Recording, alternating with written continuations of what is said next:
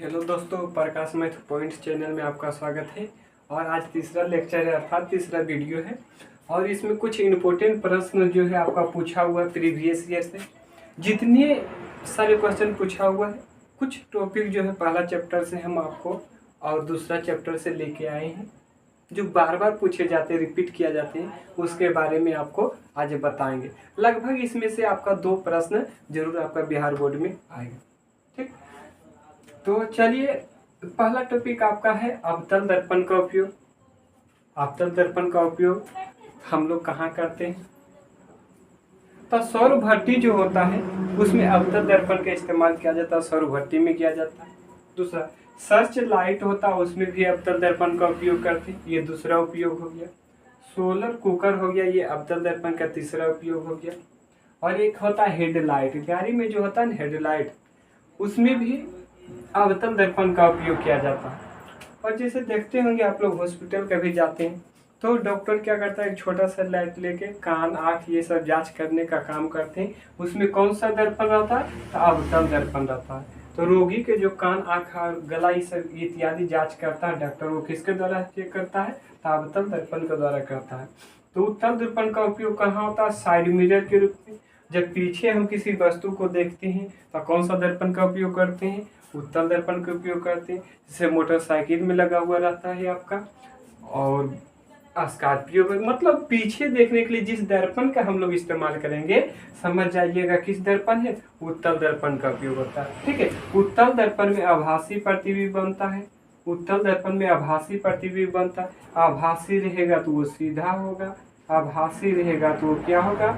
सीधा होगा। और अवतल दर्पण में वास्तविक प्रतिबिंब बनता है। वास्तविक एवं आभासी दोनों बनता है। इसे मुख्य रूप से वास्तविक ज्यादातर बनता है। एक स्थिति ऐसा P और F है, वहां पर केवल आभासी प्रतिबिंब बनता है। ठीक है, ऐसे अधिकतर स्थिति जो वास्तविक बनता, वास्तविक रहेगा तो वो कैसा होगा? उल्टा होगा। उत्तल दर्पण में प्रतिबिंब वास्तविक बनेगा, वास्तविक रहेगा तो वो कैसा होगा? उल्टा होगा। उल्टा रहेगा तो वो ऋणात्मक होगा, वो सीधा रहेगा तो वो धनात्मक होगा। ठीक, उत्तल दर्पण में आभासी प्रतिबिंब बनता है। पूछेगा किस दर्पण में आभासी प्रतिबिंब बनता है, तो बोलिएगा उत्तल दर्पण में। एक समतल दर्पण जो होता है उसमें भी आभासी प्रतिबिंब बनता है।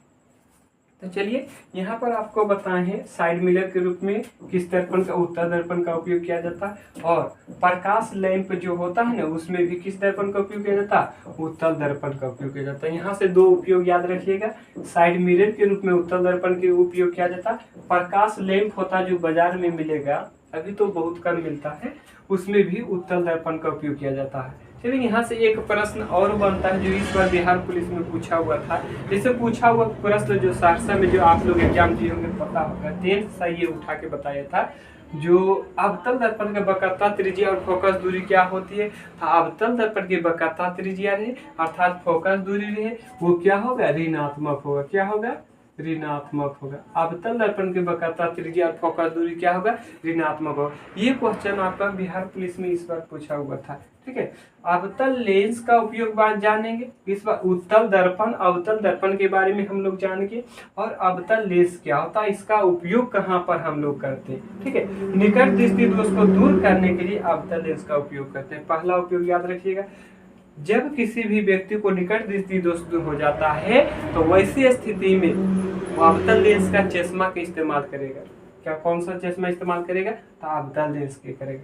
दूसरा, अवतल लेंस का उपयोग लेजर में किया जाता है। लेजर लाइट आप लोग देखें ना, लेजर लाइट जो होता है ना, उसमें लेजर जो होता है ना, उसमें भी कौन सा लेंस का उपयोग किया जाता है? अवतल लेंस का किया जाता है। एक फ्लश लाइट होता है, फ्लश लाइट जो होता है ना, उसमें भी कौन सा लेंस का उपयोग किया जाता है?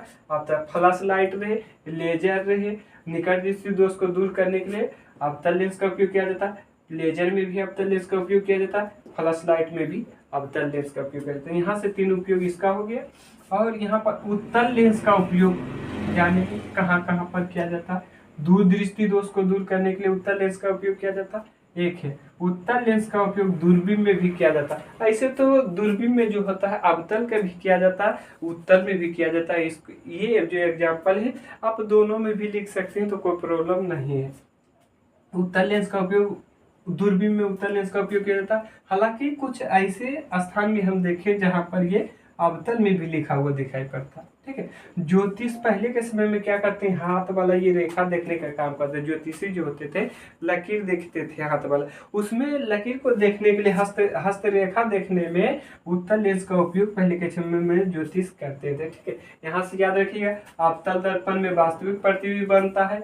अवतल दर्पण में वास्तविक प्रतिबिंब बनता है, वो कैसा होता है, उल्टा होगा। उल्टा रहेगा तो वो ऋणात्मक होगा, उल्टा रहेगा तो वो कैसा होगा, ऋणात्मक होगा। अवतल दर्पण के वक्रता त्रिज्या और फोकस दूरी अर्थात आर और एफ क्या होता है, ऋणात्मक होता है। अवतल दर्पण में आर और एफ क्या होता है, ऋणात्मक होता है। वक्रता त्रिज्या और फोकस दूरी क्या होता है, ऋणात्मक होता है। जबकि उत्तल दर्पण में आर और एफ क्या होते हैं, धनात्मक होते हैं। उत्तल दर्पण में आर प्लस होता है, एफ क्या होते हैं, प्लस होते हैं। ठीक है, उत्तल दर्पण का उपयोग साइड मिरर के रूप में ये आपको बता दी है।